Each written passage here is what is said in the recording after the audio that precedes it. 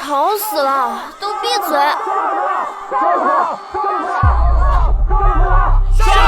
杀了他！表哥，这沈念之新婚之夜与人通奸，水性杨花不守妇道，这按照规矩啊，应当处死。就应该杀了他！有，还戏呢？不是。你们这是哪个剧组的？拍戏都拍到郑国将军府遗址了。你知不知道，这里是国家1级物质文化遗产，禁止拍摄。大哥，这不是拍戏吗？怎么还真的呀你？沈念之，新婚之夜做出通奸这等丑事，我今日留你不得！新婚之夜，通奸，沈念之，我不是在随考察团考察将军府遗址吗？这就是天启王朝遗址了。当年的郑国大将军张彻就居住在此。据说这位将军一生为天启平定47次战乱，战功赫赫。有野史记载，他娶妻沈念之，沈念之新婚之夜与人通奸，被处死。这莫非就是1400年前的郑国将军府？你就是郑国大将军张彻，所以我穿越了，还是天帮开局，马上就要被处死。沈念之，休要装疯卖傻！大哥，你不能杀我！我是穿越者。沈念之，休要装疯卖傻！大哥，你不能杀我！沈念之，你敢与人通奸，就应当被处死。你是怎么有脸求表哥放过你的？放手！历史上记载，人主就是在今天被处死的，我绝对不能被处死。书中还写了啥来？我没有通奸，他一个太监根本就没有这个功能。太监，你乱说什么呀？我们可都是亲眼看见的，你还狡辩什么呀？表哥，你可千万别相信他呀！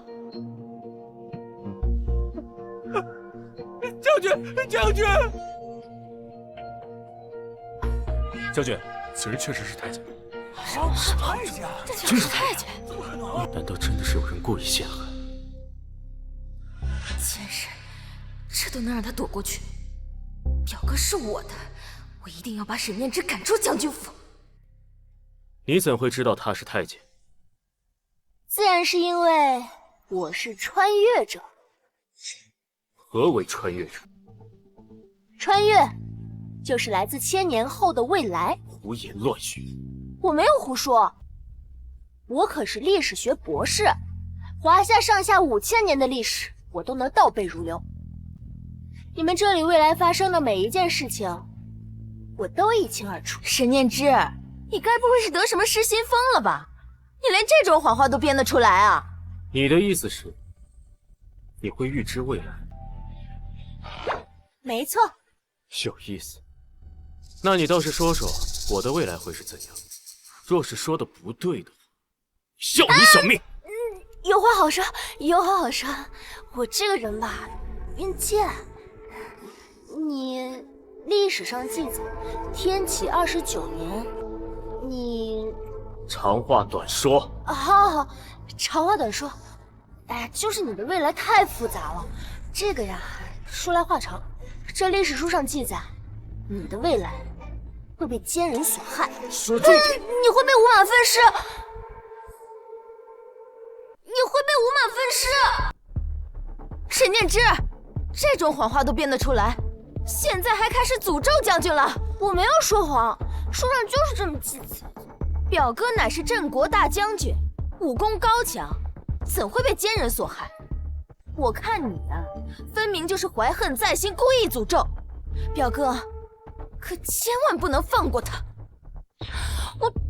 这女人既没有动静，且醒来后行事锋利，与往日差异极大，须是在酝酿什么阴谋。倒不如先留她几日，看出到底是真是假。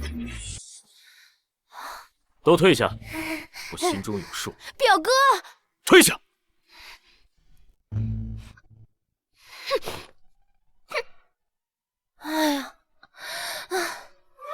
算是不用死了。折腾这么久，累死我了。哎，你脱衣服干嘛？我上床睡觉啊，你不睡啊？你这种水性杨花的女人，我是不可能跟你同床共枕的。哎，理解理解，男人的自尊心嘛。你理解什么？你不行嘛？我知道，我都懂，史书记载的清清楚楚。你看什么狗屁野史？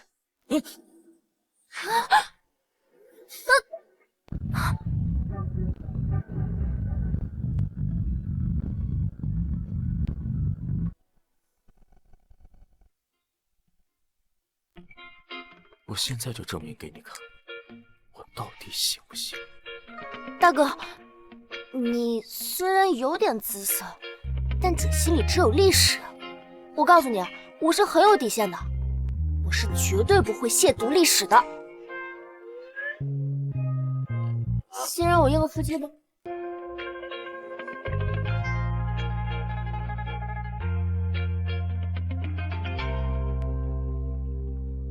沈炼之，我的忍耐是有限度的，你不要作死。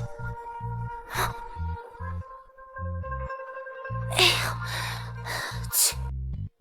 有贼心没贼胆，下头！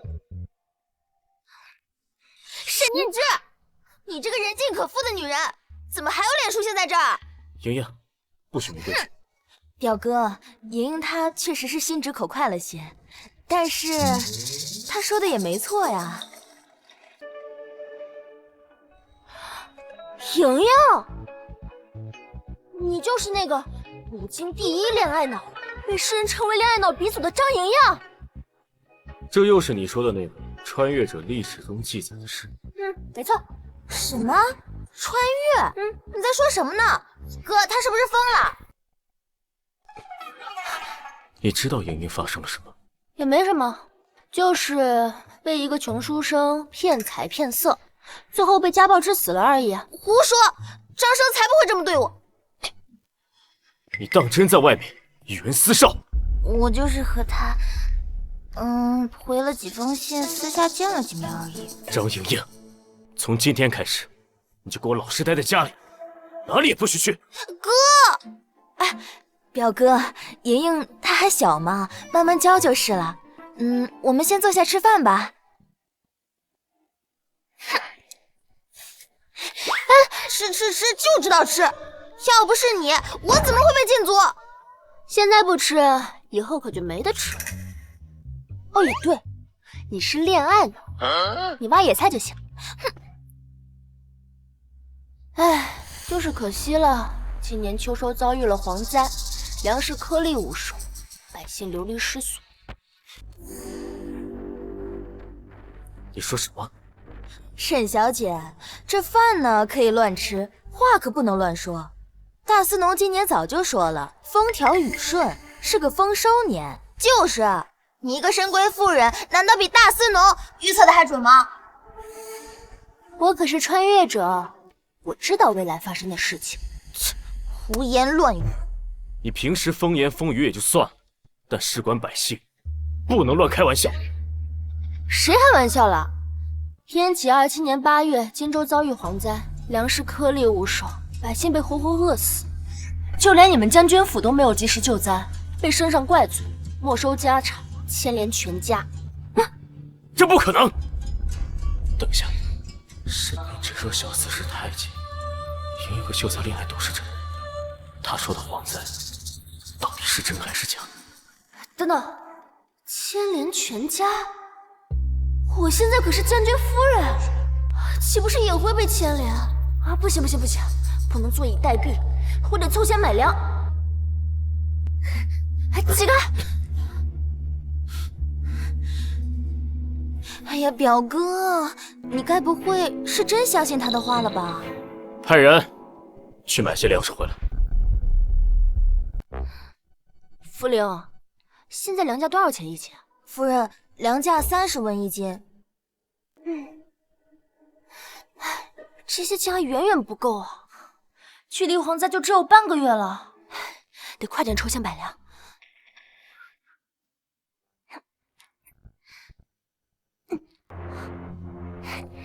茯苓，你把这些首饰全都拿去卖了，卖回来的钱全都拿去买粮食。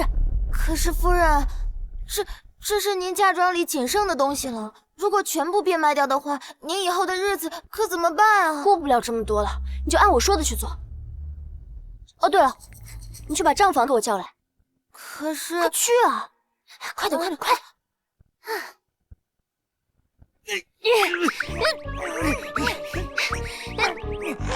钱给我！夫人呐，你就别为难老奴了，这是府里所有的银票了。你要这么多钱是要做什么呀？放肆！我可是将军夫人，你连本夫人的话都敢不听吗？怎么，你是想将军亲自给你下令？我不敢。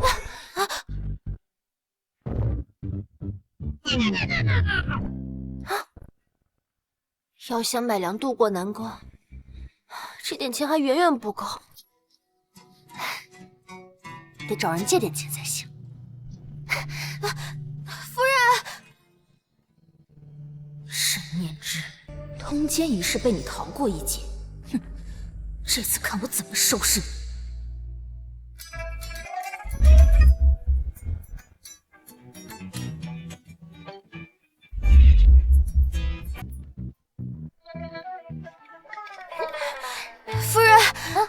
夫人，您已经预支了府里所有能用的钱，而且还将将军府的地契抵押向钱庄借钱。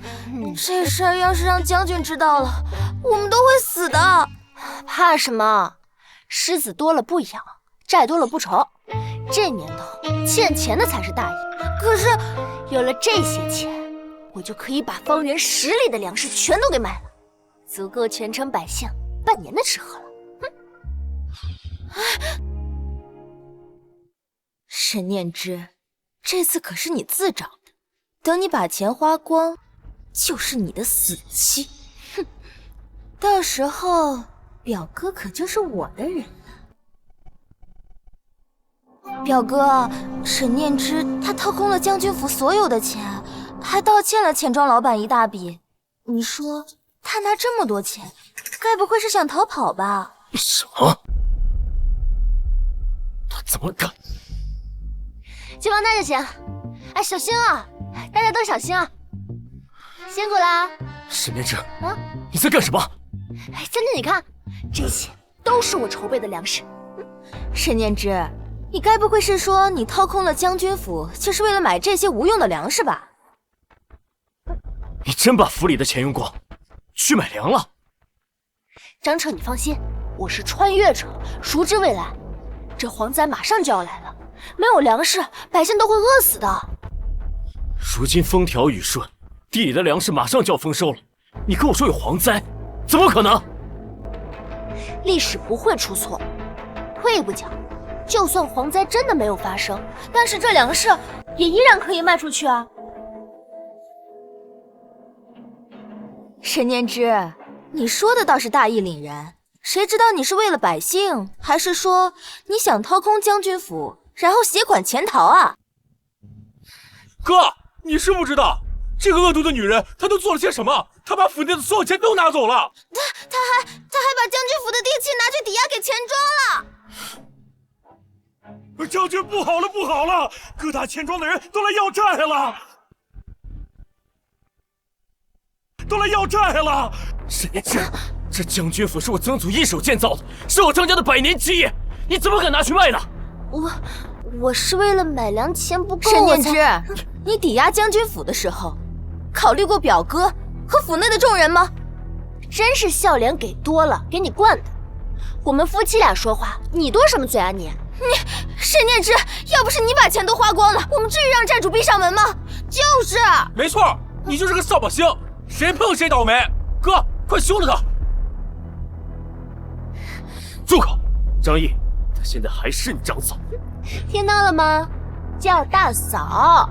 哼，沈念之，我们张家人重情重义，你把我们将军府拿去抵押，我不会再留你。这件事情结束以后，我俩就和离。和离？这怎么能行呢？我做的这一切都是为了你啊！我是穿越者，我不同意合力。我从将军府穿过来的，得留在这里看能不能穿回去。表哥，他都把将军府给卖了，像他这种人就应该休了他。对，哥，咱就听表姐的，休了他。他还说他是穿越者，我看他就是个疯子。对，我们夫妻之间，你在这添油加醋，你还当什么绿茶？你去当厨子吧你！还有你，别人说什么你都信啊？你的脑子无用，你留着当遗产吗？你说谁呢你？还有你，是怎么了？我都不要说你的脑子，你还是干什么你就是蠢笨如猪，你就是。闭嘴！还钱！沈念之，滚出来！沈念之，还钱！还钱！还钱！还钱！还钱！各位老板，可否宽限几日时间？钱都被我家夫人拿去换成粮食了。等我们把这批粮食给卖了，就一定还给大家。欠债还钱，天经地义。今天这钱你必须得还。就是还钱，必须还钱，必须还钱。不行，不能卖，卖了就买不回来了。沈念之，这天下粮商何其多，这有了钱，什么事儿办不到？哎，对，你说的对。别闹，我没闹，我说的都是真的。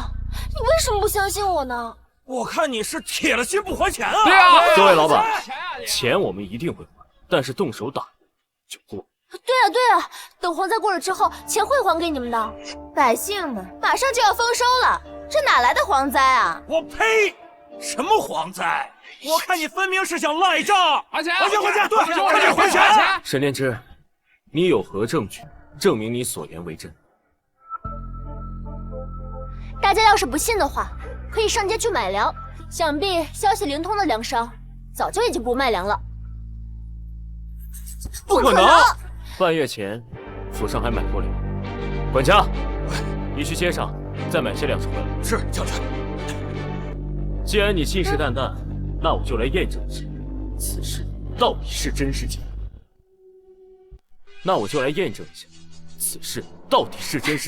表哥，我知道你心软，可是你也得给这些钱庄老板一个交代，不是吗？对，是啊，卖不卖粮我不管啊，欠债还钱天经地义，今儿啊你必须得还。钱老板，等把这粮食卖出去，我一定给大家一个交代。哎，将军，我就直接跟你说实话了吧，这一旦新粮下来，这旧粮肯定卖不出去。今儿你必须得还钱啊！沈夫人已经把将军府抵押给我了，拿不出钱来，就给我滚蛋！对，滚蛋！钱老板，钱我一定会还，地契我也会拿回。我也是为了你们和百姓。你们别废话了啊！我们就是要钱。今天你要是不给钱，哎，我们就对你们动手了！动手了！你们，住口！别再说。沈小姐，你自己做错了事儿还不知悔改，你难道是要整个将军府给你陪葬吗？我都是为了救你们和百姓才这么做的。哼，一派胡言！我看你啊，就是为了一己私利，想要害死大家。各位老板，希望你们给我宽限几日，此事是我不对，但是钱我也一定会还给大家。哎，不行！你想赖账是吧？不给钱，那就别怪我们不客气了。来呀，打！哎，你们也上！上！哎，这下完了，也不知道死了能不能转回去。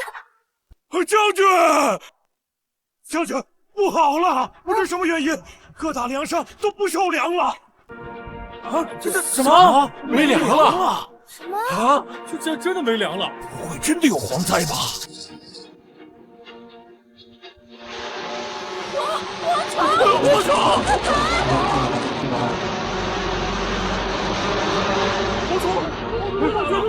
我真来了！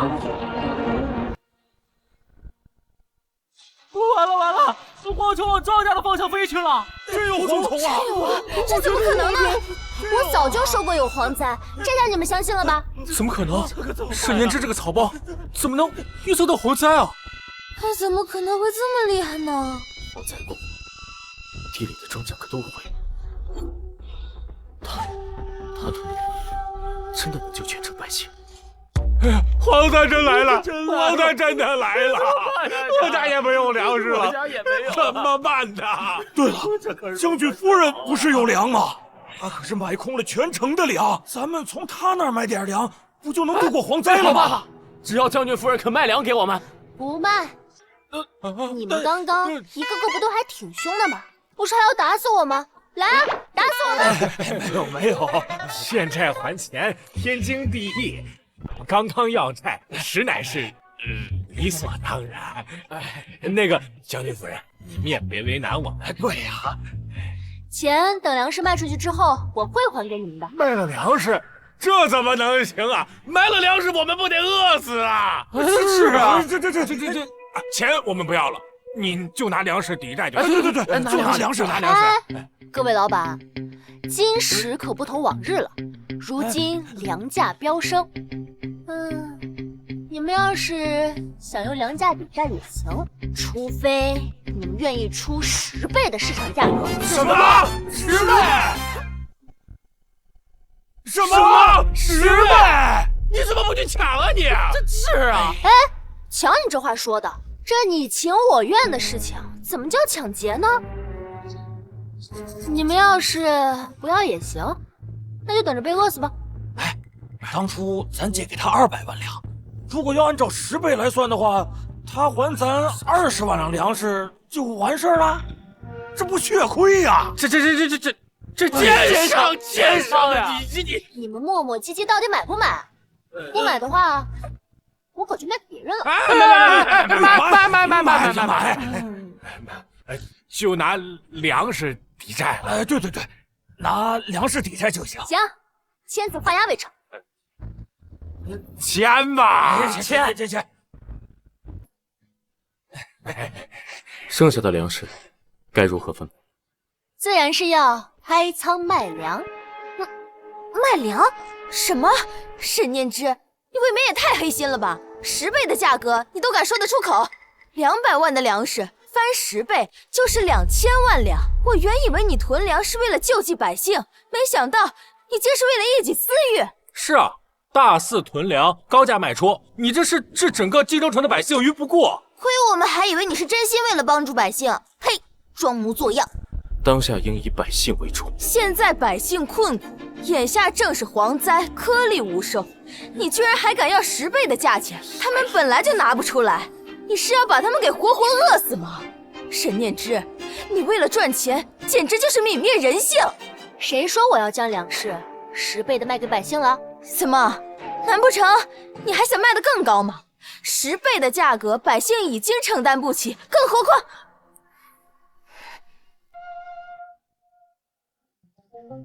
这粮食自然要卖，不过不是10倍的价格，而是原价。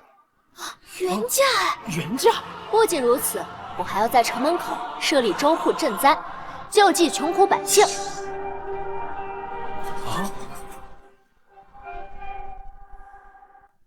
你居然要原价卖给百姓？将军夫人，你真的要把粮食原价卖给百姓？哎，是啊，剩下这180万两的粮食，真的肯为百姓分文不涨？他就算翻不了10倍，卖个5、6倍卖出去，那也算翻了呀！将军夫人这胸襟，这格局，真令我等佩服呀！佩服！沈念之居然为了那群贱民放弃了这么大的利益。你当真愿意把粮食以原价卖给百姓？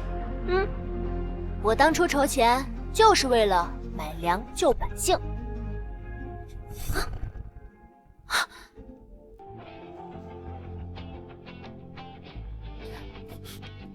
你干嘛？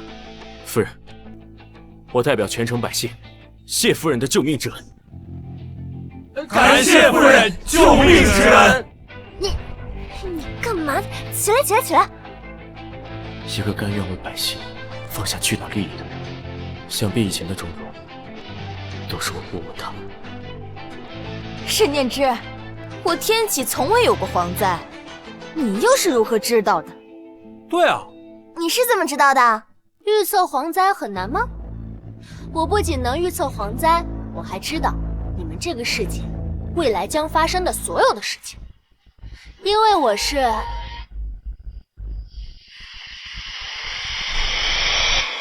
穿越者。沈念之，什么穿越，什么未来，你少在这给我胡言乱语！我告诉你，你休要装疯卖傻。就算你想骗我们，总得编个好点的理由吧？就是，谁知道你从哪里听来的消息？瞎猫碰上死耗子而已。穿越，这已经是他第2次说自己是什么穿越者。难不成他其实会算命，不想被别人知道，所以故意找个借口？表哥，我看他分明就是……住口！他救了全城百姓是事实。我知道你不想让别人知道你的消息来源，但穿越一事纯属无稽之谈，日后莫要再提。我没有不想让别人知道，我真的是穿越者。言下之事，当以百姓为重。来人，埋藏赈灾。好！沈念之，居然又被你逃过一劫，我绝不会就此罢休。将军夫人的位置只能是我的。夫人，这次全城百姓能安全度过蝗灾，多亏有你。夫人，谢谢你。嗨，我也没做什么。将军，宫里来宣旨了。圣旨到。奉天承运，皇帝诏曰：高丽使臣奉命前来和谈，特命镇国大将军张彻入宫一同接待，务必促成此次和谈。钦此。微臣领旨。圣上念你救灾有功，特将此事交与你。明日宴会和谈一事，将军可要好好准备呀。臣定当全力以赴。好，将军快请起吧。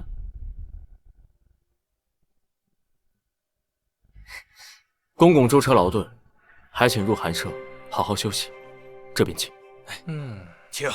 和谈，史书记载，此次和谈失败，天启整整赔了10座城池和无数金银财宝，导致国库空虚，元气大伤。后世一致认为，此乃天启覆灭的开端。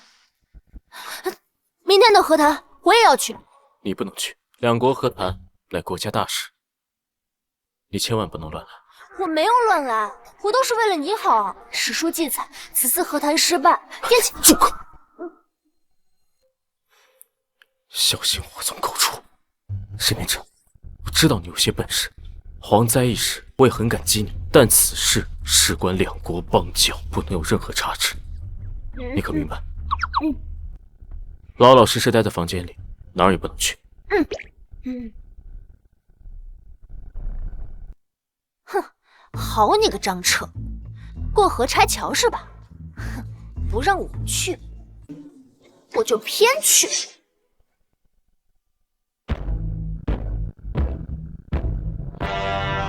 参见上，吾皇万岁万岁万万岁！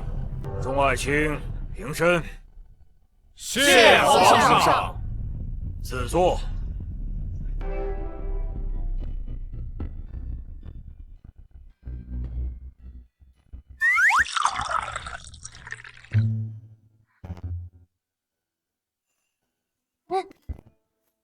好没规矩的丫鬟，抬起头来。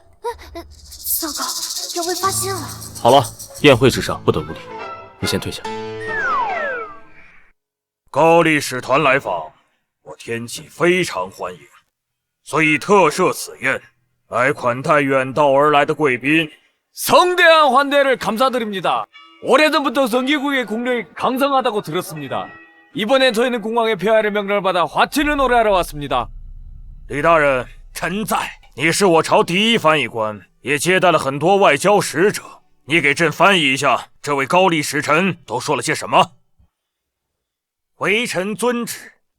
陛下，其实方才高丽使者是带来了高丽王对陛下您和文武百官的祝福，祝我主陛下万福安康，祝各位大人万事顺意。这翻译有点水平，但不多。和谈乃大事，不得胡说。 오래전부터 중원의 문화를 동경해 왔으며 청기국 인지가 많다는 이야기를 들었습니다. 그래서 특별히 한 가지 렌즈를 내리시며 저희는 이 문제를 걸고 10개의 성을 내기로 하였습니다. 陛下，刚才说高丽王对我天启文化十分的敬仰，所以主动割让10座城池，为学习我们天启文化呀。什么？10座城池？ 太好了，当真？这翻译到底是怎么做的？句句不相连，句句都瞎编的。莫非主打一个已读乱回？ 만약에 귀국이 이 문제를 풀지 못한다면 저희에게 초공을 바치고 10개 성을 할양해야 합니다. 陛下，方才使臣所说割让10座城池是有条件的，如果能答对他所带来的难题的话，便可以。 如果不行的话，就要我们招降纳贡，而且还要割让10座城池给他们呢。这么多句，就这句翻译对了。哼，就知道你们高丽没安好心，居然觊觎我国10座城池。张毅，不得无礼！你又不懂高丽语，不得再乱说。这明显就是赤裸裸的阳谋啊！说我们不硬，倒显着天启没气度。我们要是硬了，这万一输了，割让10座城池的罪责，谁能担待得起？确实，这高丽真是打了一手好牌。不过我倒是好奇，到底是什么千国难题，导致和谈失败，让天启割让城池的？他多次提到割让城池，难道他算出了什么？ 왜 그러십니까? 혹시 겁이라도 먹은 겁니까? 감히 도전하지 못하는 겁니까? 정기국이 위대한 나라라 하여 사방의 존경을 받는다는 건 들었지만 이런 작은 내기조차 받아들이지 못한다는군요. 他这又说什么？快翻，快翻！回禀陛下，此人刚才说我们都是无能之辈，连区区一道题都解不了啊！好大的胆子！ 区区一个蛮夷之地的使臣，竟敢口出狂言！你说谁无能呢？区区弹丸小国能出得了多难的题？我看你呀，不要口出狂言，等着一会儿被打脸吧！这一关倒是有意思，虽然翻译水平不咋地，但是骂人水平还是挺厉害的。 저희 고려의 제일가는 제가 낸 문제입니다. 세상 누구도 풀 수 없습니다. 차라리 순순히 10개 성을 바치는 게 좋을 것입니다. 哎呀，陛下呀，此人居然说我们愚笨如猪，干脆现在就将10座城池让给他们算了。你看，笑话！我天启人才济济，区区一道题有何难解？这赌约我们应了，尔等休要嚣张！大哥，你可真虎啊！那可是10座城池，好歹也先看看是什么题再答应吧，万一答不出来呢？你听见了吧？ 我们将军已经发话了，这题我们应了。你呀，休要再口出狂言。现在你就等着把自己的嘴打烂吧！我呸！什么智者，什么无人能解？我们现在就给你解。还请使臣亮出题目。 여러분께서 그렇게 자신이 있다면 한중형이 다 들어가기 전까지 정답을 내놓으십시오.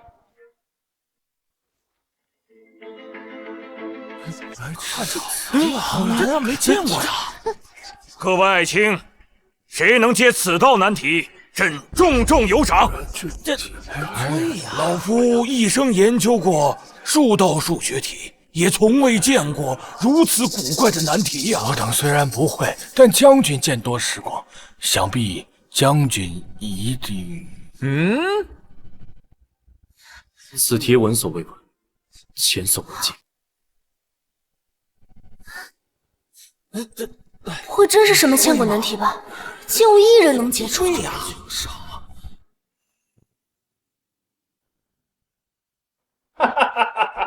시간이 반이나 지났습니다. 아직도 풀어내지 못한다면 여러분의 패배는 확정된 것이 다름이 없습니다. 무슨 인재가 많다든가 내가 보기엔 다 무능한 자들이군. 这这使臣也太过嚣张了！万一真的无人答出这道题，天启就会割让10座城池，慢慢走向覆灭。不行，我既然穿越来到这个朝代，就不能再让此事发生。 더 이상 기다릴 필요도 없겠군요. 패배를 인정하는 것이 어떻겠습니까? 嘿，陛下，这蛮夷之人竟然让我们直接认输啊！哎呀，陛下，我天启自开国以来，从未受过如此奇耻大辱啊！时间还未到，使臣谨慎急。 관을 보기 전까지 눈물을 흘리지 않는군요. 한두경이 타기 전까지 여러분이 답을 내지 못한다면 결과는 변하지 않습니다. 你分明是故意为难我们，用一道无解之题骗取我们10座城池。是啊， 이건 여러분이 스스로 승낙한 내기입니다. 억울해할 이유가 없지 않습니까? 바보 같은 선택한 것을 탓하십시오.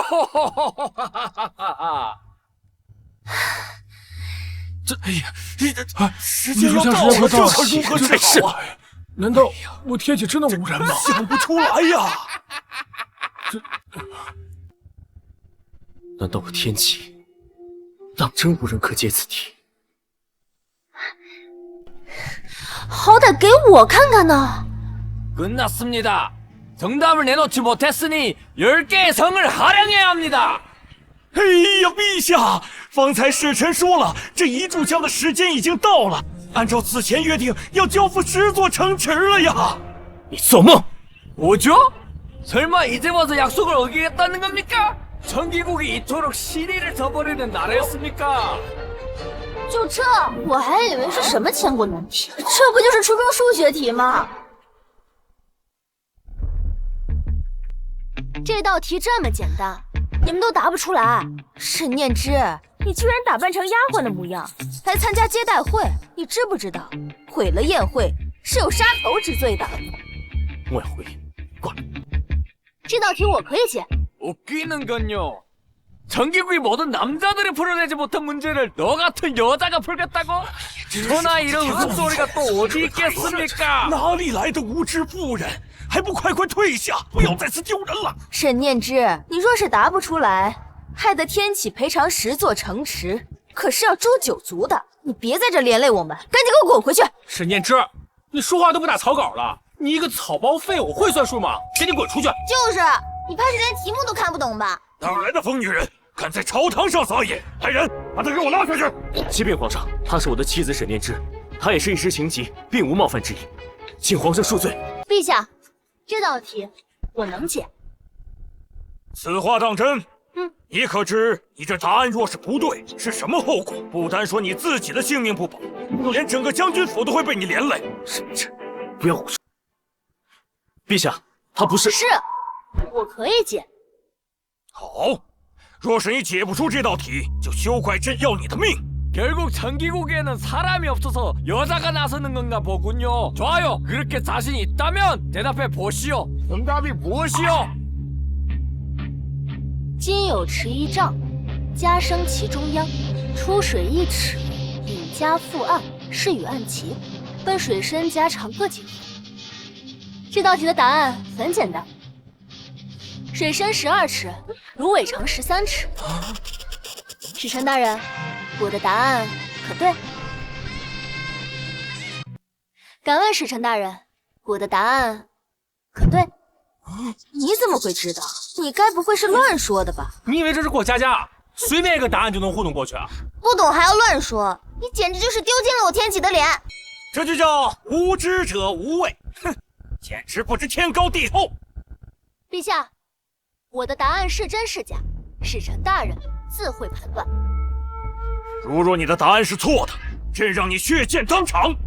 医官，臣在，翻译给他听。臣遵旨。 사신대님, 여기에 물 깊이는 13척이고 갈대는 12척입니다. 이 아가씨가 말한 것이 맞습니까? 네, 답은 틀렸어요! 哎呀，果然不出我之所料啊！陛下，他所说的答案是错的。糟糕，我这是个半吊子型的医官。你居然敢拿一道错的答案来糊弄朕和使臣！来人！陛下恕罪，沈念之是臣的妻子，她的罪我一律承担。你拿什么承担？赌约失败，要割让10座城池。你将军府是天启的罪人，这是要诛九族的大罪，你们一个都跑不了。沈念之，早告诉你不要胡言乱语，你非要在这出这个风头。现在好了，赌约失败了，你要大家陪你一起死是不是？扫把星，我们一家都被你连累了。谁说我的答案是错的？谁说我的答案是错的？明明是他翻译的有误。好，死到临头你还嘴硬，朕今天就让你死个明白。医官，告诉他你的翻译是对是错。医官大人，你翻译的是对的吗？你此话何意呀？莫非你是在说老夫翻译有误不成？嘿呀，这简直是笑话！老夫为官整整30余载呀，从没有任何人说过老夫翻译有误。好，既然你有胆这么说，想必你是想告诉我们在座的所有人，你也会高丽语吗？别乱说，李大人是我朝医官团第一人，接待过无数使臣，最懂高丽语，他的翻译不会错。就是啊，一个草包，你懂高丽语吗？还敢说医官大人的翻译是错的？哼，沈念之，你还敢谎称自己会高丽语？现在全因你一人之过，导致赌约失败。我看你就应该以死谢罪，省着连累我们。沈念之，你还有何话可说？你们就这么着急给我定下罪名吗？我什么时候说过我不会高丽语了？休要胡说！再这样下去，我也保不住。死到临头还敢嘴硬，谁不知道你沈念之是一个不学无术的草包啊？还敢说会高丽语？哼哼，我告诉你，在这天启境内，只有老夫一人懂得高丽语。既然你说自己会高丽语，那你便说给大家听听。如若你要是说不出来，陛下还请您立即处死这个满口谎言、毁掉赌约的人。处死他！处死他！处死他！处死他！处死他！胡言的，处死他！处死他！处死他！处死！来人，把这个罪人给我拉出去斩了！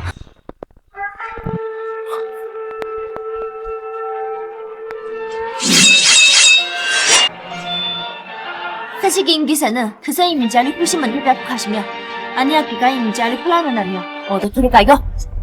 你竟然真的会说高丽语？你竟然真的会说高丽语？我不相信，沈念之怎么可能会高丽语呢？你一定是在胡说八道。沈念之不是个草包吗？这区区一个女子而已，她怎么能说出这么流利的高丽语啊？ 내가 우리나라의 말을 알아듣다니. 你怎么会说高丽语？我可是精通8国语言的历史学博士，这区区高丽语算得了什么？沈念之，你不知道从哪儿学了几句高丽语，就敢在这种场合开始班门弄斧？那你也一起把这道题给解了吧？你怎知我解不出来？他能测算未来，还会高丽语，也许真能解出这题目的。 这全场无一人能解，就凭你。沈念之，即便你会高丽，解不出这道题，你的小命一样不保。陛下放心，这道题对我而言轻而易举。사신기니 도박 계약이라면 3만 번 버윤이 모두 조사해야 합니다. 그럼 어찌겠다는 것이냐? 어? 아주 간단합니다. 제가 이 문제 내한테 제시 않으며 당신 그대는 천내인데 전신하고 그울을 건지며 여기 산지를 양도해야 합니다. 무식한 여자가 감히 나서다니 하늘 높은 줄 모르고 까불고 있군. 좋아, 받아들이지. 10개에서뿐만 아니라 내 목숨도 내놓아야 할 것이다. 啊！他说不仅要10座城池，还要你的命啊！沈念之，这可是你自找的，我看这次还有谁可以救你？ 这可不是儿戏。你放心，姐只打高端局。况且，区区一道初中数学题，这道赌约我们一定能赢。表哥，你看他这样，想必定是胸有成竹，你就不要再拦着他出风头了。 시간이 다 되었군. 야가씨, 이제 정답 말해보쇼. 수생 CP 편태, 개대개시 세상 CP卡片拿完的。水深12尺，芦苇长13尺。啊，他真的算出来了，这是答对了还是答错了呀？哎，小姑娘呀，刚才使者不是已经说了吗？你方才的答案是错的。是啊，沈念之，同样的招数你还想用2次，你是把众人都当傻子，任你糊弄吗？答案是错的，那是念之。 어떻게 이렇게 짧은 시간 안에 정답을 알아낸 것이오? 어떻게 이렇게 짧은 시간 안에 정답을 알아낸 것이오? 他的意思是，你说的答案是正确的。高丽使臣，他这答案是真的吗？ 이 아가씨의 답은 완벽히 정답입니다. 老夫研究高丽整整30年，今天可真是碰见了一位奇女子啊！你看看，哎呀，陛下真是厉害了呀！哎呀，神人！沈念之的答案是对的，那岂不是我们赢了？高丽要给我们10座城池。沈念之这么厉害，难道他以前那些草包行为都是装的？不可能！沈念之这个草包，他怎么会有这种能力？区区一道勾股定理题，在我们家乡，这种题10几岁的小孩都能做得出来。 도대체 고고정리란 무엇이오? 그거 정리는 최초로 상조 시대에 도비성 교내에 나타났습니다. 구강성, 후수사, 가무입니다. 이렇게 간단한 문제도 꺼내어 배웠으면 사는구나. 그의 강센된 나, 해안의 최고 지하 자수진도 보다지 아니하고 가긴요. 전기국에는 정말 인재가 많군요. 폐하, 저희는 완전히 졌습니다. 약속대로 10개의 성을 활용하겠습니다. 다만 이 아가씨께서 이 계산법을 저희에게 가르쳐주길 간청드립니다. 恭喜陛下，贺喜陛下！这使臣已经说了，他输得心服口服，愿意履行赌约，割让10座城池给我国呀！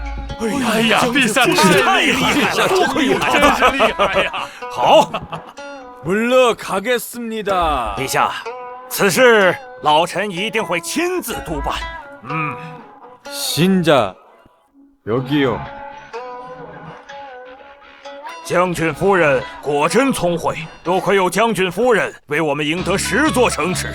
将军有如此贤妻，着实让人羡慕呀！是啊，真是太厉害了！贤妻，好啊，好啊！谢陛下夸奖，他确实不错。既然如此，沈小姐既会高丽语，又能解出如此难题，到底是如何做到的？朕也颇感好奇呀。自然是因为我是穿越者。何为穿越者？就是来自1000年后的未来。将军夫人，此言何意呀？你平时拿这种理由搪塞我们也就算了，现在还敢来骗陛下，沈念之，你好大的胆子！陛下恕罪，夫人只是开了一个小玩笑。其实她只是略通一些皮毛的算命之术。我明明说的都是真的。嘘，我只是为你好，你的那些说辞只能避免3岁小孩，在陛下面前不可如此。无妨无妨，多亏有将军夫人为我天启赢得10座城池，此乃大功一件。朕不但不怪他，还要好好的奖赏他。谢谢陛下。多谢陛下。没想到今日一事啊，竟全靠沈念之。他不仅精通算术，还会高丽语。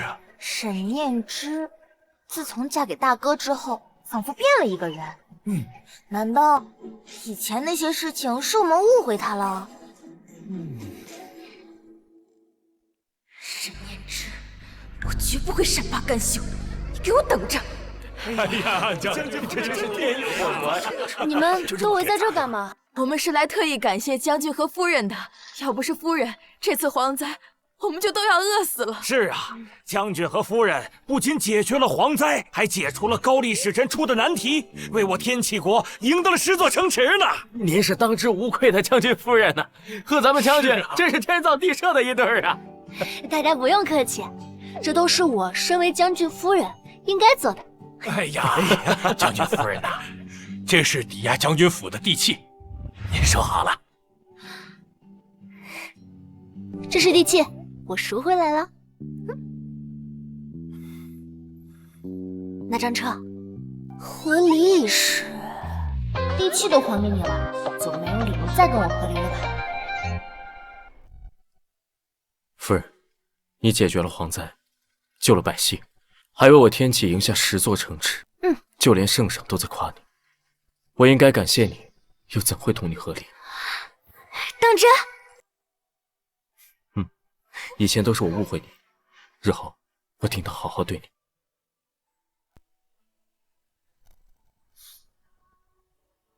总算没有白费力气，这金大腿总归是被姐给抱上了。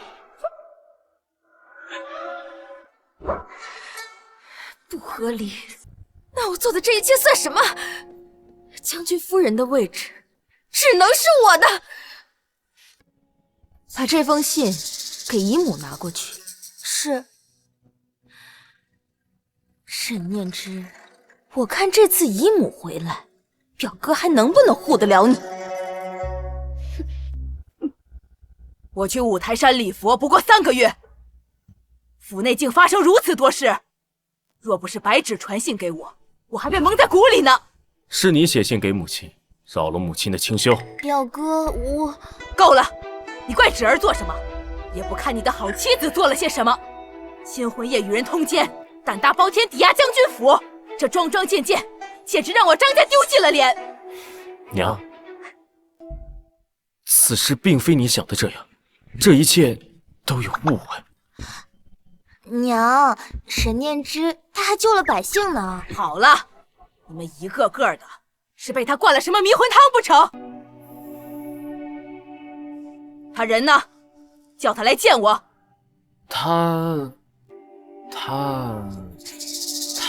在……你们不说是吧？那就让我这个做婆母的亲自去找他。哎，娘，娘，大家快来看呐！上好的琉璃，今天通通只要8折，走过路过千万不要错过啊！给我一个，来听这个。将军夫人真厉害，连琉璃也会做，还卖的这么便宜，那我可得多买2件啊！是啊是啊，将军夫人心地善良，不仅救了许多百姓，还为我们赢得了10座城池。这等优秀的女子，当真是世所罕见的。我也拿一个。走呀，看看。哎，我的，给我一个。哎，这个给我的。我也要一个。我抢啊你！给我拿一个。哎，一个钱给您放这儿了啊。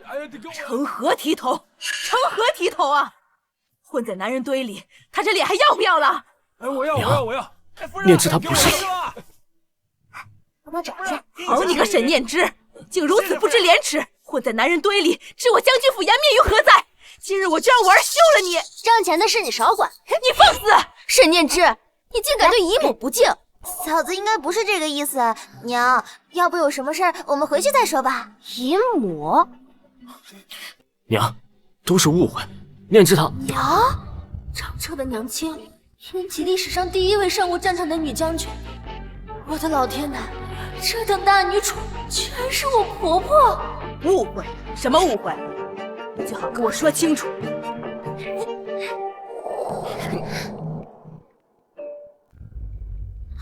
娘，我好想你啊！大哥，这什么情况？兴许是念之太过想念母亲了。沈念之，我告诉你，你现在想讨好姨母已经来不及了。就你干的那些丑事儿，姨母已经知道了。我当是谁呢？原来是你个小绿茶，一天天的啥也不干，就知道添油加醋，能不能找点正事干啊？那你整日混在那男人堆里，就是正事儿啊！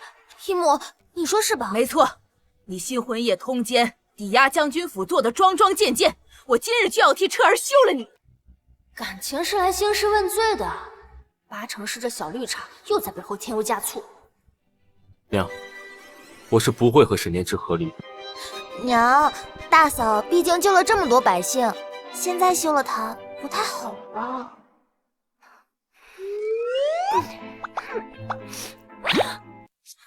娘，你这37度的嘴里，怎么能说出这么冷冰冰的话？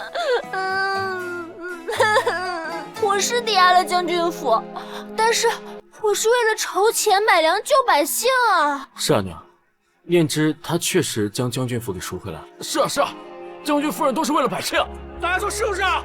是啊，对呀，就是啊，好人啊！是啊，确实是这样。好，此事不怨你。那你新婚夜通奸之事如何解释？娘，我都说了，那是误会。众人皆所见，有何误会？就是啊，表哥，你不必再替他遮掩了。虽说他救了百姓，促成了和谈，我们理应感谢他，但是要一码归一码呀。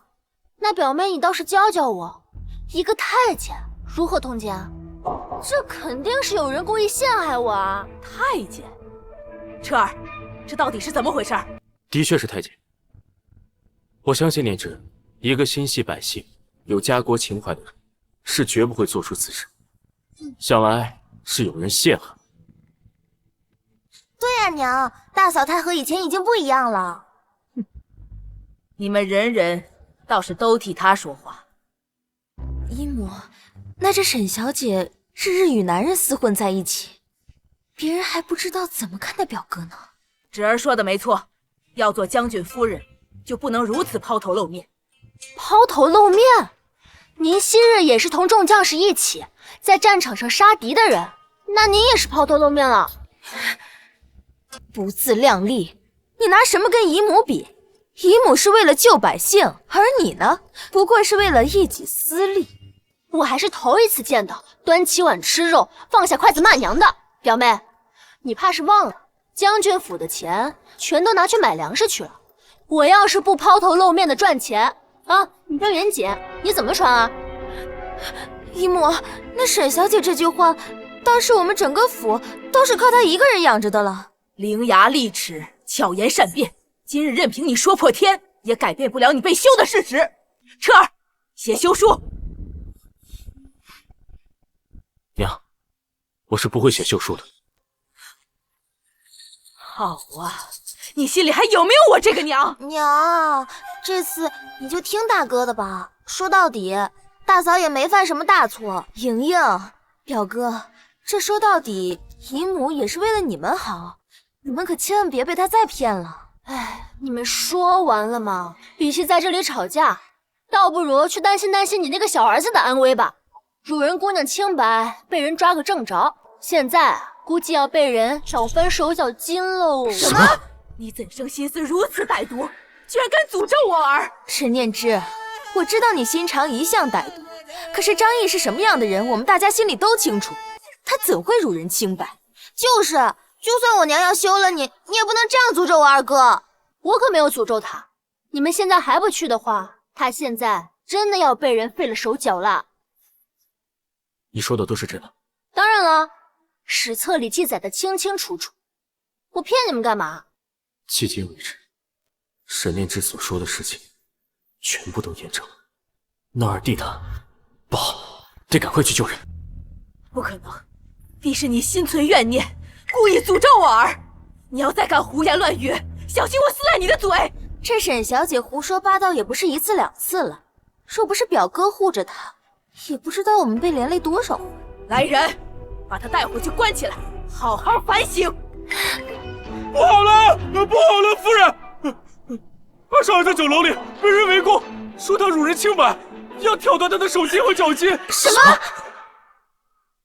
吃了雄心豹子胆了，欺我妹子！我没有，是你们算计我！你知不知道我是谁？我呸！你谁呀？我今天挑了你手筋，我让你知道知道我是谁！你敢！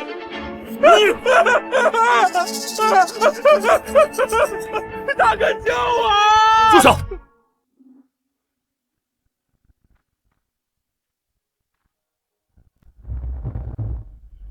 谁敢动我儿？哥，娘，救我！幸好来得及时，不然就真的变成废人了。居然又被沈念之这个贱女人说对了。你是何人？快放了我儿！打了个小的，又来了个老的。你儿子欺负我妹妹。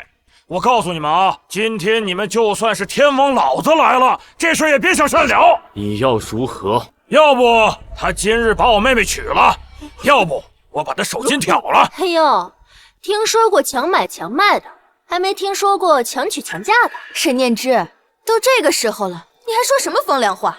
大哥大嫂，我不娶他妹妹，他妹妹长那样啊！哪样啊？就是。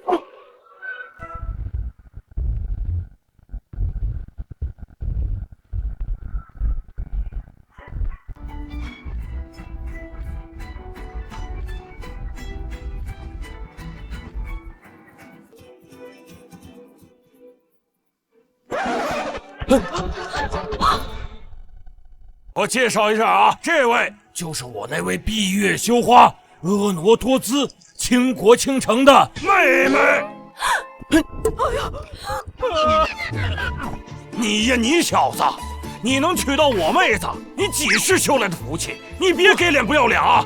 这福气给你要不要？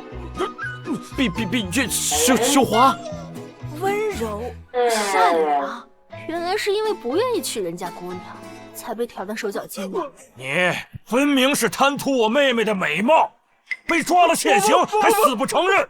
我现在就把你筋挑了，我让你怎么遛女人？我呸！小爷能看着他吗？分明是你们把我砍晕了，然后还对我。分明是小爷我才是清白不法。你如此算计我的家人，究竟意欲何为？史书上只记载张毅被人陷害，挑断手脚筋。你说凶手是谁啊？只是说张彻在张毅受伤的第2天前去剿匪。难道这伙人是？好说呀。让这小子娶我妹子呀！做梦！我不会娶她的。公子若是不想成亲，难道是想直接入洞房？不吃连吃。公子要是不肯的话，小女子虽然柔弱，但是也略懂一些刀法。你别过来！你别过来！住手！哎，姑娘，冷静。强扭的瓜可不甜，哎，甜不甜的，你尝了才知道。别过来！你别过来！伊儿总是在外面招猫逗狗的，跟一群纨绔在一起。若真有个姑娘能镇人，也不是不行。我这不会被气疯了吧？娘，那也得二弟喜欢才行。先不说他们怎么算计二弟的，这女孩长得也太彪悍些。你懂什么？娶妻当娶贤，不可只看容貌。虽说这姑娘长得是彪悍了些哈。娘，我可是你亲儿子，你怎么能这样对我？哎，看来我要有弟媳喽。嫂子，救我！救救我！我保证以后我再也不跟你作对了。你让我往东绝对不往西，以后你就是我唯一的大嫂。当真？这，比这都是。不想娶我妹妹也行啊，那就拿出10万两银子来赔偿我妹妹的精神损失。10万两，你怎么不去抢？你可知勒索朝廷命官是何罪？我呸！老子吓大了！你弟弟毁了我妹妹的清白，大家可都看着呢啊！闹到了衙门，老子也不怵。哼，你一个土匪头子，前去衙门想自投罗网啊？土匪？说啥呢？啊？谁土匪啊？你说真的？他们当真是土匪？根据史书记载，你在张毅被挑断手脚筋的第2天，就直接剿灭了黑风寨的老巢，肯定是他们没跑。要是我没猜错的话，蝗灾一时，百姓受灾严重，你们抢不到钱，所以你们就把目标放在了城里的富家子弟身上。而我这蠢二弟有那么一点点姿色，被你这个妹子给看上，所以你便设下了这个圈套。好险，差点被土匪头子抓去做压寨夫君了。而我这二弟抵死不从，你们便想要挑断他的手脚筋，逼他屈服。而我们进入这里，你们看到我们身着富贵，便想要狠狠地坑我们一把。既然你已经看出来我的身份了，那就乖乖把钱拿出来，一会儿也给你们留个全尸。你这招虽然好使，但是有一个致命的缺点。缺点？什么缺点？你千算万算都没有想到，我二弟呀，他不喜欢女人，所以他宁愿被挑断手脚筋，都绝不屈服。你全是个断袖！哎呀，你喜欢男人？不，这不可能！沈念之，你胡说八道些什么呀？张毅怎么可能喜欢男人呢？嫂子，我什么时候说我不喜欢女人了？我懂，史书记载的清清楚楚。你受伤之后，把身边的丫鬟都换成了小厮，你这不是喜欢男人，你是什么？哥，嫂子她当然揍我呀！哎，嘘，你小声点儿，这难道很光彩吗？想来你看那些什么史书，都是一些胡编乱造。不可能！行了，要耍回家耍去啊！你们把钱给我拿出来！一看你这土匪头子就没什么文化。你干大事之前不先对目标人物做个调研吗？这么多年土匪都是怎么混的呀？难怪都当土匪了，都还这么穷。你这职业啊，不景气，趁早转行吧。放屁！你干过土匪是怎么啊？小死丫头，你叫我做事啊？你就是土匪界的 loser， 丢尽了土匪界的脸，还好意思出来混？你赶紧找个地儿挖个坑，把自己埋了吧你！没人比嫂子更懂骂人了。你找死！展现你实力的时候到了，快把他的钱给抢回来，快去！都躲远一点。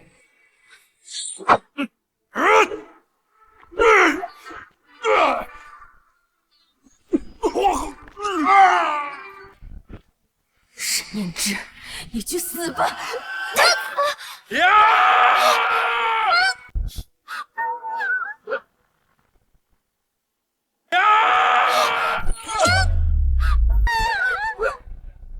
彻儿，大哥，表哥，你怎么样？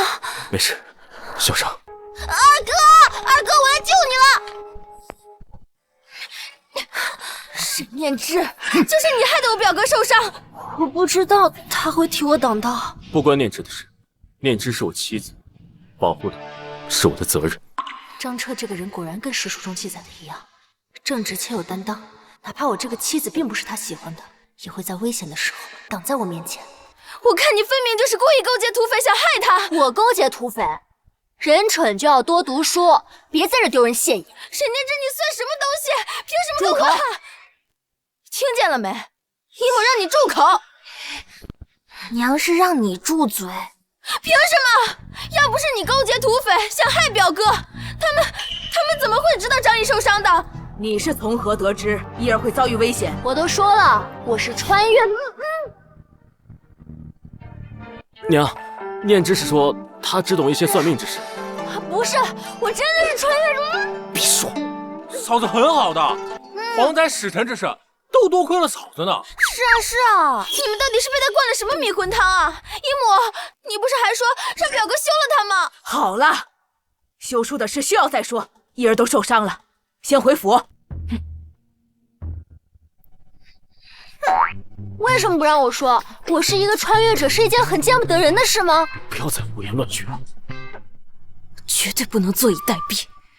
沈念之这个女人到底是怎么回事？表哥姨母，现在就连张毅和张莹莹都开始向着他，我一定要想个办法把他给赶出去。我不该激怒李仁的，害你受伤。此事不能怪你，无需自责。要不是因为你，我没有办法及时救出二弟。应该的，都是一家人嘛，我总不能看着张毅出事。伤都包扎好了，他怎么还赖在这里？那个，夫人，我今晚，你到底想说什么？母亲还不知道我们没有圆房，所以我今晚要跟你一起住。你想跟我睡？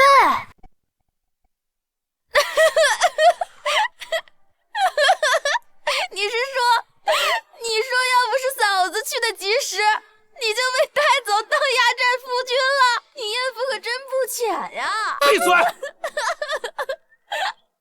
福气给你，你要不要啊？那个人表他那就不是人，你还笑？嫂子还说你是断袖，二哥，你可真是太惨了呀！张莹莹，不许笑！我也没想到你是这样的，二哥。这么说，还多亏了嫂子。走，我们去谢谢她。走啊！好你个张彻，我把你当做研究对象，你居然想睡我！不，我没有想睡你，我是想跟你一起睡。不是，我的意思是，我睡地板，你睡床，这个意思。再说了，我们本就是夫妻，一起睡不是应该的。打住！只是有名无实的夫妻。再说了，你不是一直都想跟我和离吗？以前是我不对，我误会你了，我向你道歉。夫人，以后我们能不能……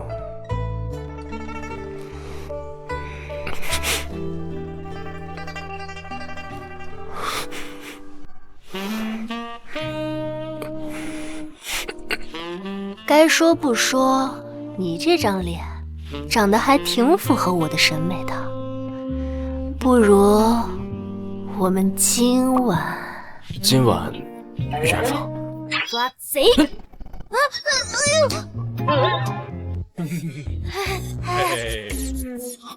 这，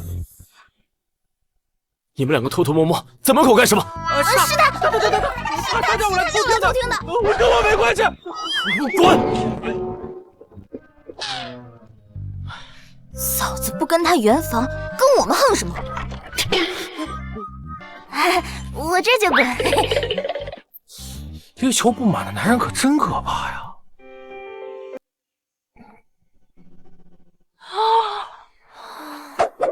少年英才，武功高强，身居高位，这放在我们现代，妥妥的男神啊！可惜昙花一现，早早陨落。是我！你剑法这么厉害，我可以学吗？我教你，手拿稳，腰挺直。哦，你离我这么近，你是不是想占我便宜？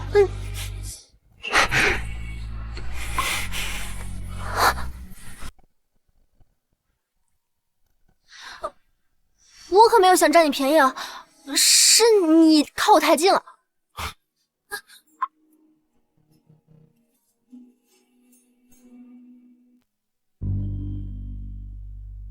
表哥，姨母还让你们去敬茶呢。知道，走吧，去给母亲敬茶。沈念之，我告诉你，不管你用什么方法蛊惑了表哥，但是将军夫人的位置只能是我的。你最好是你，沈念之，你居然敢打我！打你就打你了，还要挑日子吗？你什么你？小绿茶，我已经忍你很久了。要不是你把我推入战场，张彻又怎么会因为我受伤？你倒好，还敢跑过来指责我。没错，就是我把你推进去的。怎么了？你以为别人会相信你吗？别人相不相信无所谓，最重要的是我这个人有仇当场必报。白芷表妹，我这个人吧，没有什么耐心。你要是再敢惹我，小心你惹火烧身。你沈念之，我一定要杀了你！母亲，请用茶。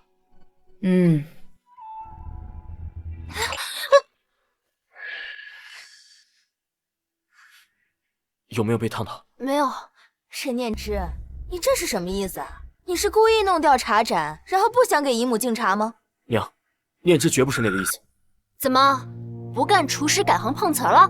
我都没有碰到茶盏，你都赖到我的身上，我看你就是故意想诬陷我吧。分明是你怀恨姨母，让表哥休了你，所以记恨在心，故意摔掉茶盏。不想给姨母敬茶。自从我嫁给张彻之后，表妹就处处看我不爽，还屡次想陷害于我。你是因为你觉得我抢了你的将军夫人之位吧？我没有，这次害人的手段也颇为艺术。哦，难不成当初新婚夜通奸一事，也是表妹栽赃陷害我？通奸一事，难道真的是白之所？之前我从未怀疑过他。你乱说些什么呀？我为什么要这么做？自然是因为你对我的夫君一往情深，想要除去我这个眼中钉肉中刺，自己上位呗。表哥，姨母，你看，这个女人她就是故意挑拨我们之间的关系。不可能，侄儿是我看着长大的，她心地善良，绝不会做出污人通奸之事。姨母说的对，你就是想故意挑拨我们之间的关系。我挑拨？我看就分明你。通奸一事，到底是否与你有关？表哥，我们之间这么多年的感情，你就因为沈念之她一句话，你就开始怀疑我。自从这个女人进了家门，我们全家都不得安宁。你到现在居然还向着她。怀不怀疑，我自会派人去查。若是让我查出此事与你有关，我绝不轻饶。他这是相信我了。表哥，这个贱人她到底哪里好？你要处处向着她。住口！你应该叫她表嫂。我不，她浑身上下哪点能配得上你？配不配得上，也不是你说了算的。既嫁入我将军府，就是我将军府的主母。侄儿，你当唤她一声表嫂。姨母，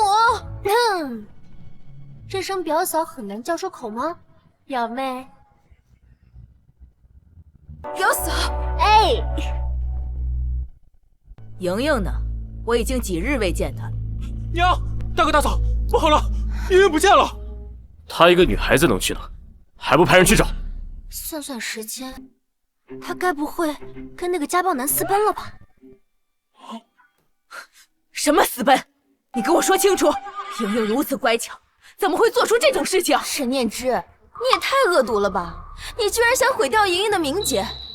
我可没乱说，是那个叫张生的男人骗走了他所有的钱，还把他锁起来，日日拳打脚踢。如果嫂子说的是真的，那现在岂不是莹莹很危险？你是从何得知？娘，现在不是追究这个的时候，找到莹莹才是要紧事。你不是会算命吗？你是不是知道莹莹在哪？不是算命，是穿越。算了，给你也解释不清楚。我记得史书上记载，他家住在青云巷。走，救莹莹。大哥大嫂，我也去。表哥，姨母，你可千万别相信这个女人的话，她就是在骗。沈念之，你该死！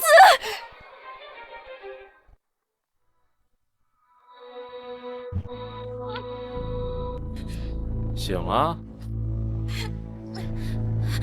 张生，你要干什么？醒了就赶紧把钱全部拿出来。我带来的钱都被你给拿走了。没钱就洗洗，扔家里要。你这个人渣，骗我进京赶考需要费用，趁我给你送钱的时候把我打晕。你这么对我，我可不会放过你的。莹莹，你不是最喜欢我了？这样，等我拿到钱之后，我就娶你为妻，好不好？你就是那个古今第一恋爱脑，被世人称为恋爱脑鼻祖的张莹莹。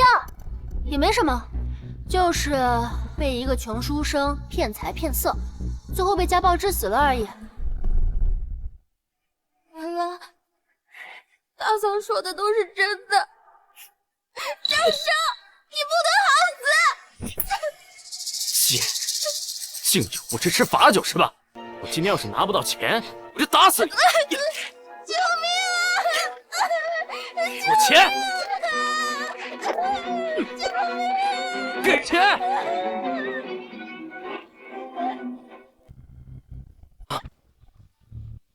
你我大哥大嫂！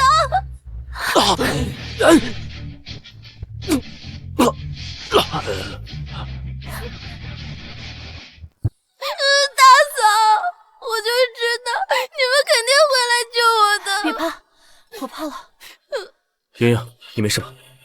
哥哥嫂嫂，幸好你们来得及时，刚才这个人渣还想要打死我。多管闲事，你们是什么人？连小爷的妹妹都敢动，你吃了熊豹子胆了！哎，莹莹，这是你的家人，你让他们把钱给我，等我翻了盘，我就娶你为妻。你也配？莹莹，这怎么回事？他说进京赶考需要盘缠，我便收拾些银钱给他，没想到他居然把我打晕，还逼我问家里写信要钱，我不肯，他居要打死我。亏你还是个读书人，我看你连畜生都不如。你个贱人，你说什么？再敢污言秽语，宰了你！夫人，你带莹莹先回去，这里交给我。好。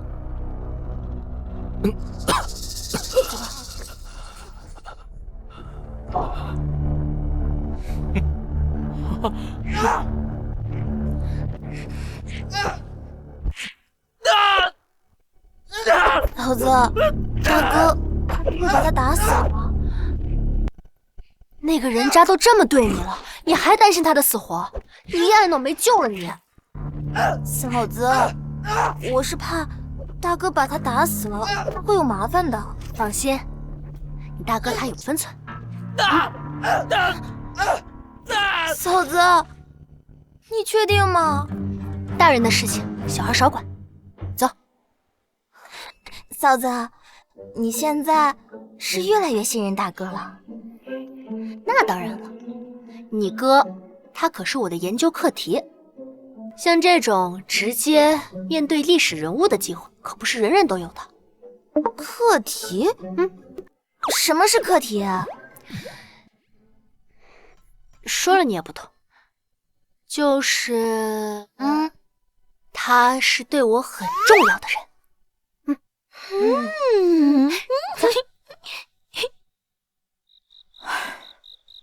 都这么晚了，怎么还不回来？哎呀，姨母，你就别担心了，有表哥在，莹莹她肯定不会有事的。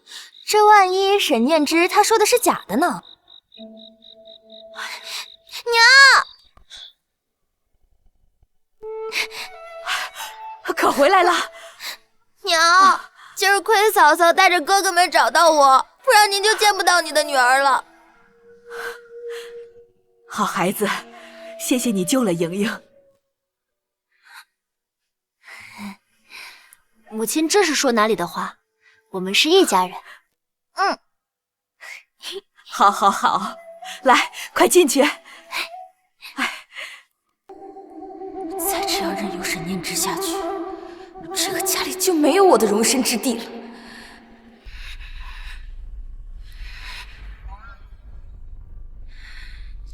表哥只能是我的。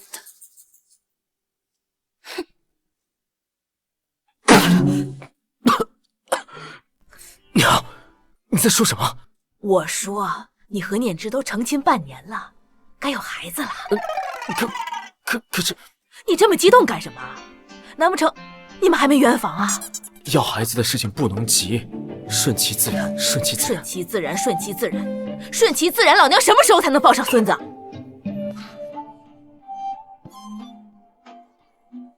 别说娘不帮你，这个给你。这是什么？补药。补药？我怎么可能需要这种玩意儿？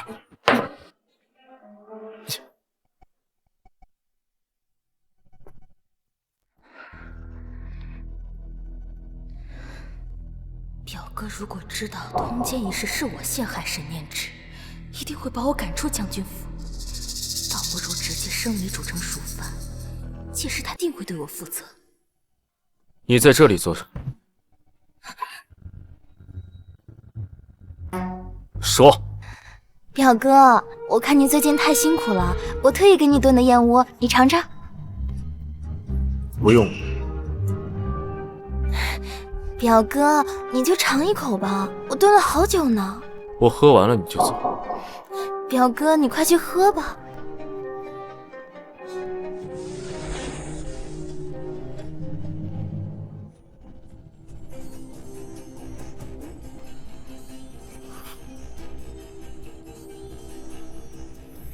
还不走？怎么回事？药效怎么还不发作？表哥，你有没有觉得哪儿不舒服啊？你怎么流鼻血了？莫非是这药效太猛了？些许是有些上火，你先回去吧。到底怎么回事？看表哥这样子，怎么也不像是中了春药，难道是这药过期了？看来还是得另想办法才行。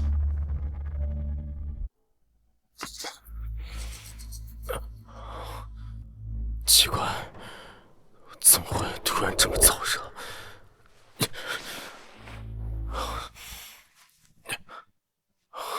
张彻，通奸一事你查清楚结果没？已经找到线索了。脸怎么这么红？你生病了？为何见到他，感觉这股燥热之气更盛了？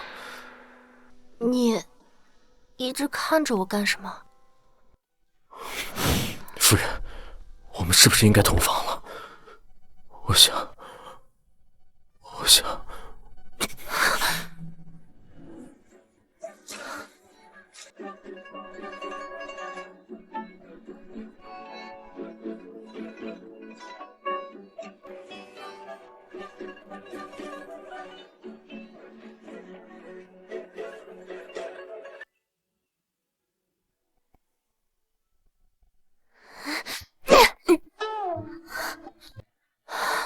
不，你不想。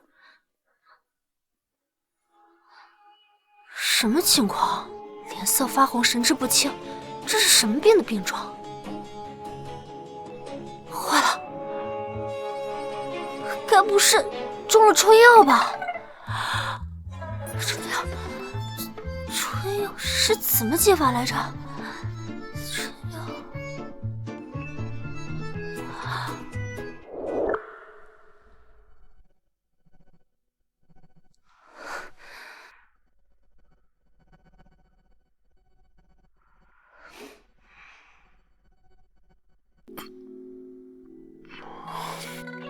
醒了。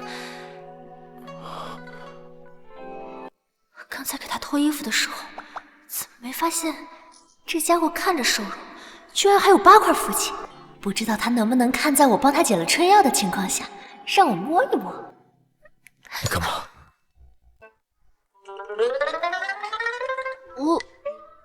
我帮你擦擦水啊。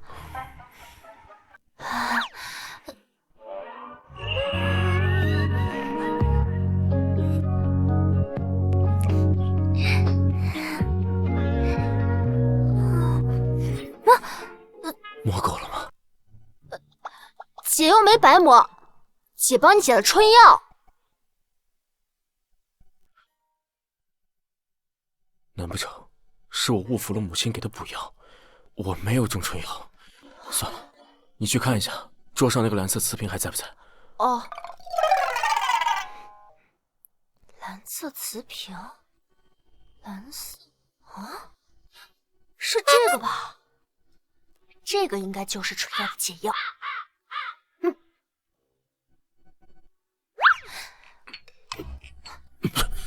怎么样？沈念之，你到底要干什么？给你喂解药啊！谁说它是解药？这不是解药是什么？是，总不能告诉他是因为母亲怀疑我的能力，特意准备的补药。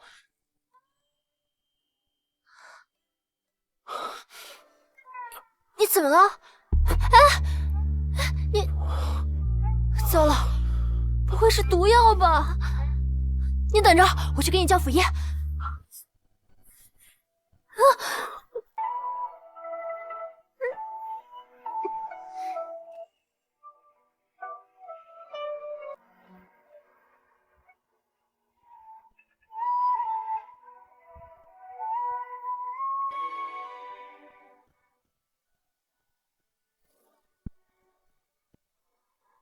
沈念之，你刚刚喂我的好像是春药。春药？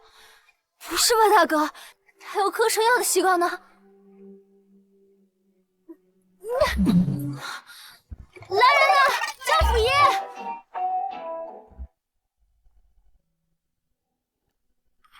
你醒了？你有没有哪不舒服？你守了我一晚上，对不起啊，我不知道那是春药。时间好了，都有嗑春药的习惯。我没有，不是你想。听说你们昨天折腾了一晚上，连府医都来了。我理解你们小两口新婚宴啊难以自持，可还是要克制些。这用春药就有些过了呀。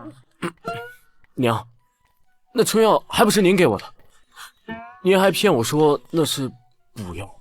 你瞎说什么？这锅老娘可不背啊！我给你的明明就是补药。那这药是从哪儿来的？你在这里做什么？是他。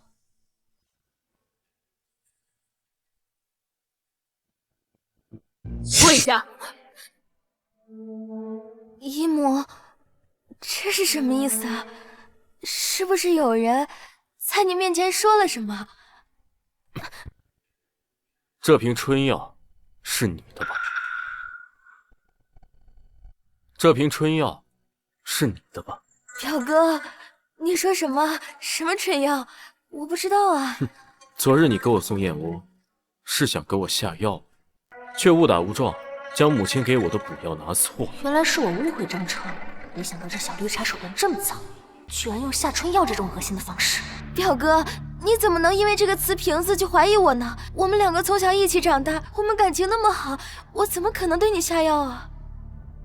我说为何表哥那天毫无反应，原来竟是我拿错了药瓶。哥，这件事儿是不是有什么误会啊？白芷姐她不是这样的人啊。是啊，说不定是沈念之做的呢。表哥一直不肯跟他圆房，他便对表哥下药，然后想栽赃到我头上来。我看你不仅会添油加醋，还挺会倒打一耙呀。姨母，您是从小看着我长大的，我是什么样的为人您最清楚，我绝对不可能干这种事啊。是啊，正因为从小看着你长大，才不甘心你竟如此恶毒。姨母，您这句话是什么意思？把人带上来。说，是谁指使你新婚夜诬陷夫人通奸的？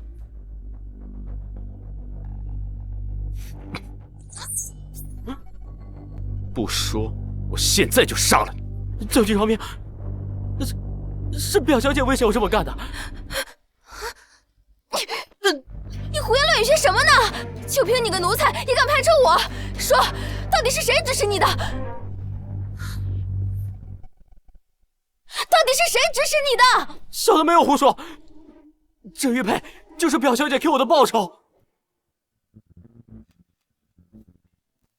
还有什么话好说？居然是你诬陷嫂子，白芷姐，你怎么能这么恶毒呢？你这是要置大嫂于死地啊！原来是我们误会了嫂嫂。不是这样的，表哥，你相信我，这个玉佩是他偷的，我什么都不知道。证据确凿，还敢嘴硬？新婚夜要不是念之机智，他现在人已经死了。他早就该死了。事到如今还不知悔改，明明我才是跟你一起长大的，沈念之算什么东西？我才应该是你的妻子，应该是将军夫人。你以为我死了，张彻就会娶你吗？没错，要是没有你，表哥他只是我一个人的，谁敢拦着我，我就杀了谁。你这根本就不是爱，就是你的占有欲在作祟。你懂什么？即使没有念之，我也不会娶你。我对你从未有过私情，我一直把你当作妹。你说什么？妹妹？我不信，我不相信！来人，把表小姐给我带下去！放开我！放开我！都怪我，怪我没有教好她，才让她变成现在这样。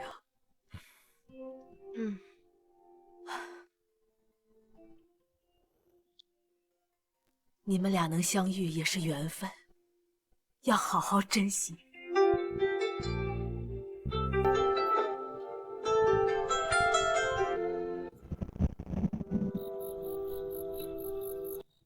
来了，坐。将军今天可真是好兴致，特意来邀我喝酒赏月。我有些话想要对你说。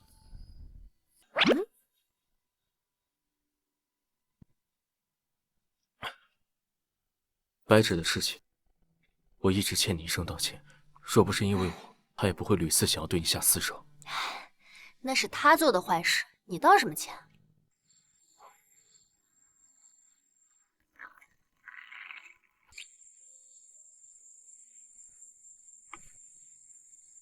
明日，我就要奉圣上的命令，前去黑风镇剿匪。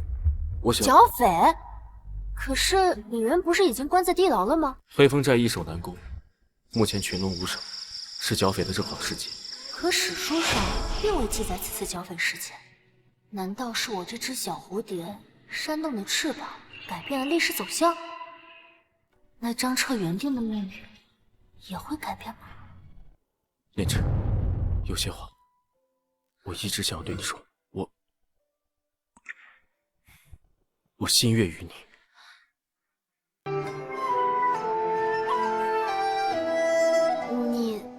你怎么突然说这些？我不管你从何而来，也不管你是什么身份，但我就想一直在你身边，陪着你，保护你。可我是穿越者，我们之间相隔的是1000年的时光。念之，你是否愿意与我重新来过？我知道，我之前对你有诸多误会，若是不愿意，也无妨。我愿意。真彻，我也不知道我为什么会穿越到这种地方。我想，如果有缘由，那一定是因为你，我为你而来。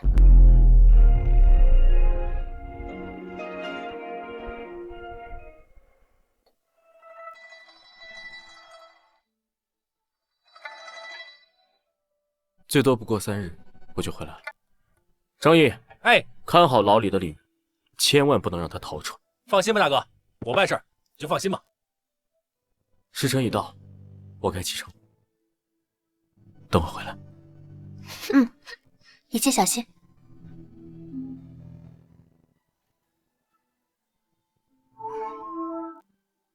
嫂子，别看了，大哥3日后就回来了。我只是有点心慌。哎呀，嫂子别担心，大哥的武力高强，拿下一个区区黑风寨，那还不是轻而易举？是啊是啊，别担心了，咱们回去吧。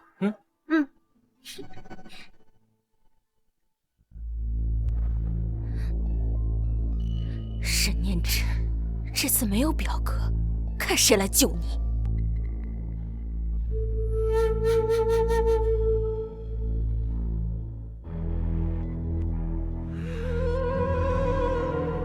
是你？表哥不在，我可以放你出去，但是我要你帮我杀了沈念之。就算张彻不在，你当将军府的侍卫都是死人是吗？一个人怎么对付得了？放心，我都安排好了，这一次绝对不会再有人碍事。大哥不是说过3日就回来吗？都这个时辰了，他怎么还不回来啊？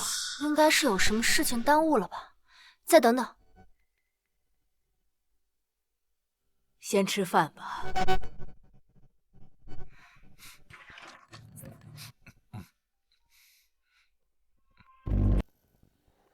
李仁，你不是被我大哥关起来了吗？怎么会出现在这里？白师姐，你竟然给李仁放出来了！你们将军夫人又见面了。白芷，你到底想干什么？姨母，我想干什么？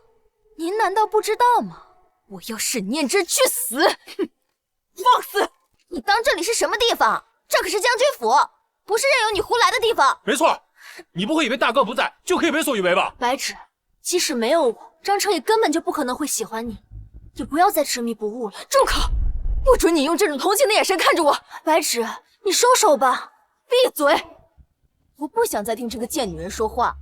杀了他们！我看谁敢！来人呐！姨母，既然我今天敢再次站在这，就是做了万全的准备。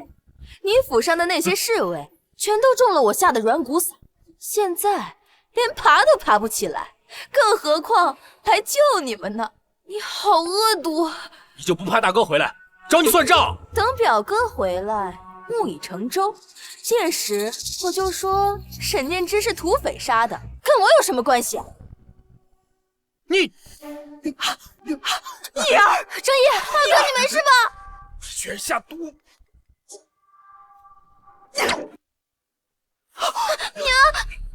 不要再白费力气了，姨母。纵使你是我天启第一女将，可在我软骨散的作用下，你也使用不了一点内力。眼下只能想办法拖延事情，等张彻回来。你不就是想要我的将军夫人之位吗？我答应你合理。你先放了他。沈念之，你当我是3岁小孩吗？等你死了，表哥他自然会是我的。至于他们嘛，我念在你们曾经真心对我的份上，我就给他留个全尸。居然如此恶毒！好歹他们也养育了你这么多年，你竟要恩将仇报！你早就计划好了，专等彻儿不在，就对我们动手。你这个白眼狼，我哥是不会放过你的。没想到我们家这么多年，居然养出你一条毒蛇！姨母，我也不想的，可谁让你们处处向着沈念之这个贱女人？明明我才是你们的亲人，你们却处处向着她，分明是你自己屡次陷害嫂子。没错，是你自己咎由自取。好一个咎由自取啊！既然如此，你们就一起下地狱吧，杀了他们！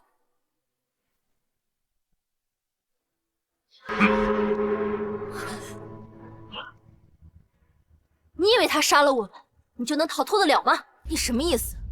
白痴，你可真蠢！你居然和这个土匪头子合作。张彻此次剿匪，剿的就是他的老巢黑风寨。你觉得他会放过你这个将军夫人吗？没想到这个屋子里还有聪明人。居然敢骗我！白小姐，我只是答应帮你杀了沈念之，我可没说不杀其他人。是我把你从地牢里救出来的，你现在居然敢出尔反尔！张彻他搅了我的黑风寨，我就要用他家人的命来祭奠我死去的弟兄。与虎谋皮能有什么好下场？你居然还在做着你将军夫人的美梦！你也不必如此挑拨，我会让你们一家子整整齐齐的下地狱。沈念之，从你先开始吧。张彻怎么还不回来？再不回来，我小命都没了。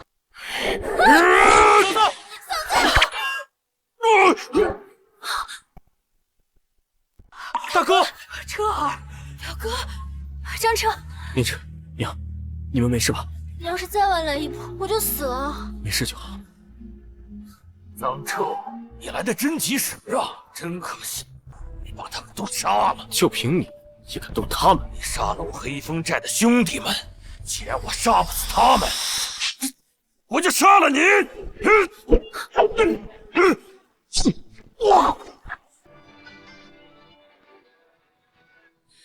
表哥，我知道错了，你就原谅我这一次吧。哥，就是他，勾结土匪，想害死我们一家，不能放过他。没错，这个女人简直是心如蛇蝎。表哥，我真的知道错了，是他骗我，我就是因为太爱你了。你的爱真令人作呕。念之，有没有哪受伤？我没事。沈念之，我杀了你！嫂子，嫂子！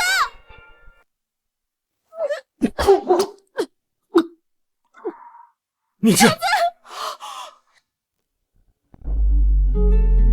沈念之，你终于死了。念之别怕，我马上就要服役。来人，请服役！张彻，没用的，或许我死了就能穿越回去了。不，你不要乱说，你不会死的。张彻，我会再回来等你。不要，念之，你不要死！念之，念之，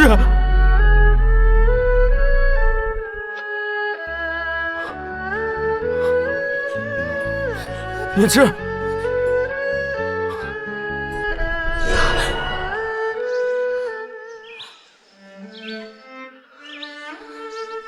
我这是穿回来了。是一场梦。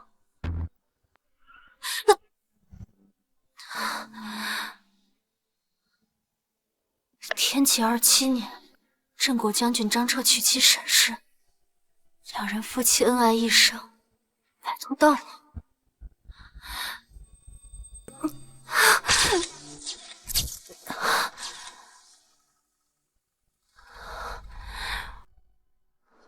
该去下一个地方了。